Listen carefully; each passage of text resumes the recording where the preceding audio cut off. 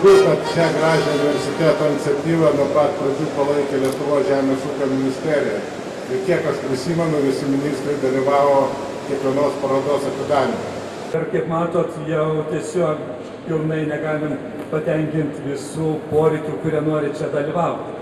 Ir tai mus nuteikia labai optimistiškai. Dalyvaudama jubiliejinėje parodoje, konsultavimo tarnyba iš tikrųjų stengiasi pristatyti savo paslaugas, kurios tiesiogiai galbūt atspindi ir mūsų naująją misiją, kur labai didelis dėmesys yra skiriamas ir mūsų klientams.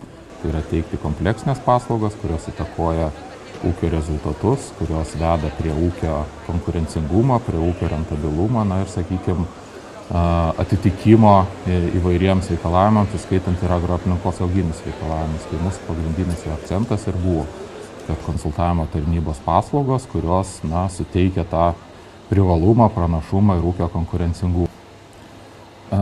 Vienas iš parodos akcentų arba mūsų produktų, kurį mes pristatinėjame, tai yra tik ką sukurta informacinė sistema, tai yra informavimo, konsultavimo ir mokymo informacinė sistema, kuri yra skirta mūsų ūkininkams, žemdirbiams, ir jos tikslas yra mokyti, informuoti ir konsultuoti dėl integruotų augalų apsaugos priemonių taikymų.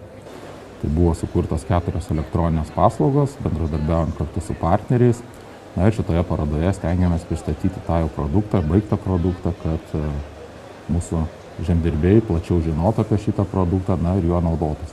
Parodos medaliu įvertinama integruotos augalų apsaugos informavimo, konsultavimo ir mokymo informacinė sistema ICMIS. Ją pristatė Lietuvos Respublikos žemės ūkio konsultavimo tarnyba.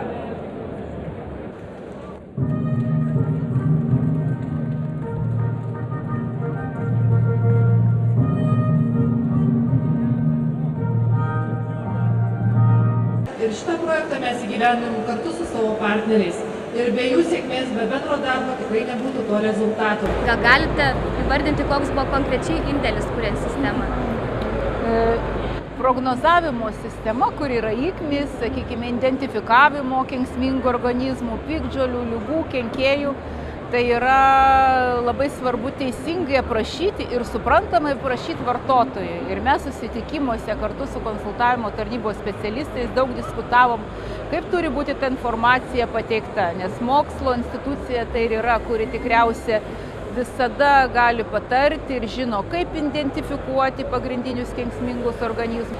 Ruošiant nacionalinį veiksmų planą, mūsų viena iš idėjų buvo, kad pagrindinės augalų apsaugos rekomendacijų ir augalų apsaugos informacija būtų kažkur vienoj vietoj prieinama, vienam internetiniam kažkokiam portale.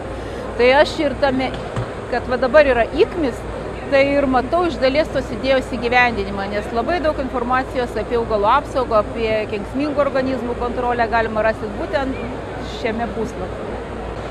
Aleksandro Stulginskio universiteto mokslininkai prisidėjo prie šio projekto įgyvendinimo metodikos kūrimu. Tai yra, kadangi projektas nukreiptas į nuotolinės mokymus, mūsų universiteto mokslininkai parengė nuotolinio mokymo metodiką konsultantams ir ji buvo informacinių technologijų dėka perkelta į elektroninę erdvę ir konsultantai, norintys kelti kvalifikaciją, norintys gauti akreditaciją, galės mokytis, konsultuotis nuotoliniu būdu.